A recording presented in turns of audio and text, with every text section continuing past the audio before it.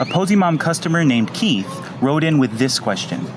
How many times can I use water kefir grains to ferment water? Now this is a great question because most things you buy only have a limited number of uses, right? Like a package of Kool-Aid, for example, or tea bags. Maybe you can use that package once or twice, but eventually you run out and you're not able to make an unlimited amount of Kool-Aid with a single package. The same isn't true about water kefir grains, however. You can actually continue to use the same grains to make a virtually unlimited amount of water kefir. You do that through a process we call batches.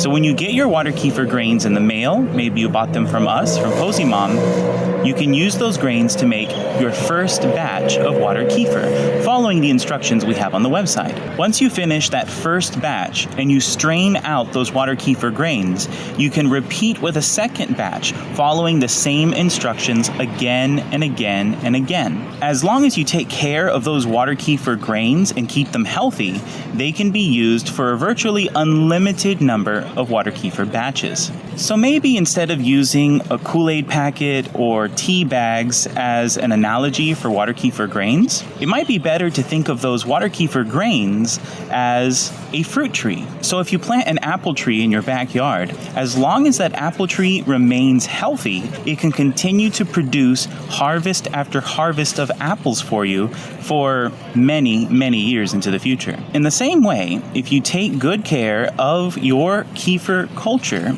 you will have an unlimited supply of water kefir. In fact, as those grains continue to multiply, they will grow over time.